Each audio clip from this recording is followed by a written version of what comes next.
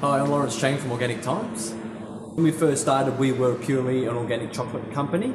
From that, we decided to vertically integrate and use all those raw ingredients to wholesale to the marketplace as well. So we have our own brand. I suppose when we first started the business a long time ago, we were about wholesaling raw ingredients, and then realised very soon that we weren't building a brand at all. We were always selling someone else's products. So now, we started having Organic Times brand, but a large part of our business is still selling raw ingredients to the marketplace. So butter is one of our major products now. All the ingredients we sell are all bakery ingredients, and not everything we sell is chocolate related. So we don't sell, we haven't gone too far away from our direction, but yeah, just sort of diversified a little bit, and obviously have a manufacturing side to our business as well.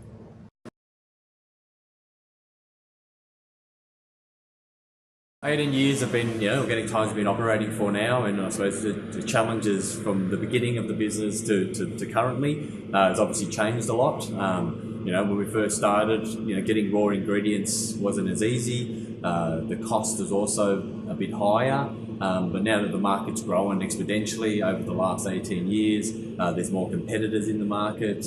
Products are becoming more competitive. The one thing that I have noticed hasn't changed as much since we first started, which I thought would change as the market grew, was the consumer price would come down a lot more. But because the demand has increased so exponentially, that consumer price hasn't really changed a lot. But in regards to our business, the main thing is it's a lot, I suppose, easier to run today than it was at the beginning.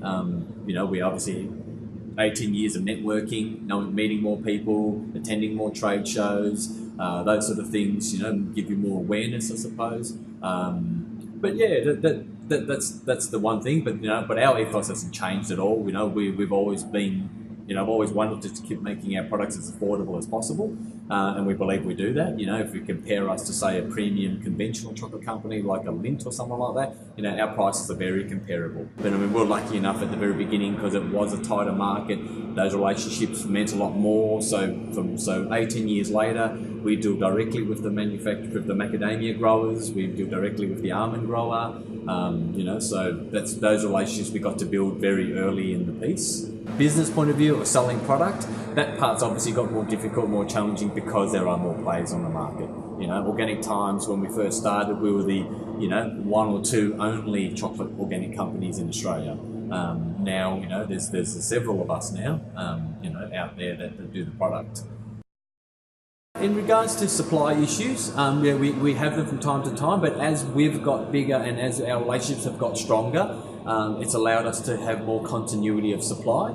But it is still challenging. For instance, one of the major problems in the organic industry now is the vanilla, because Vanuatu had another, obviously, natural disaster.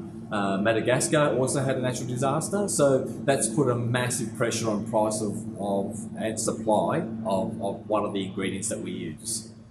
It's probably increased in price by about 40%.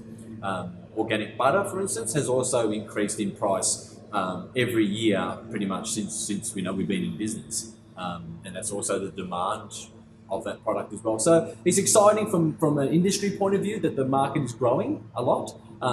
From an individual and a business point of view, it obviously creates a lot more trials and tribulations. But like I said, I try to look at things from a holistic point of view. And if the industry itself is growing, it means that it's better for our environment, and better for the people who eat organic foods. It does become harder because of what your volume you need, and the reliance on other people to get you that product.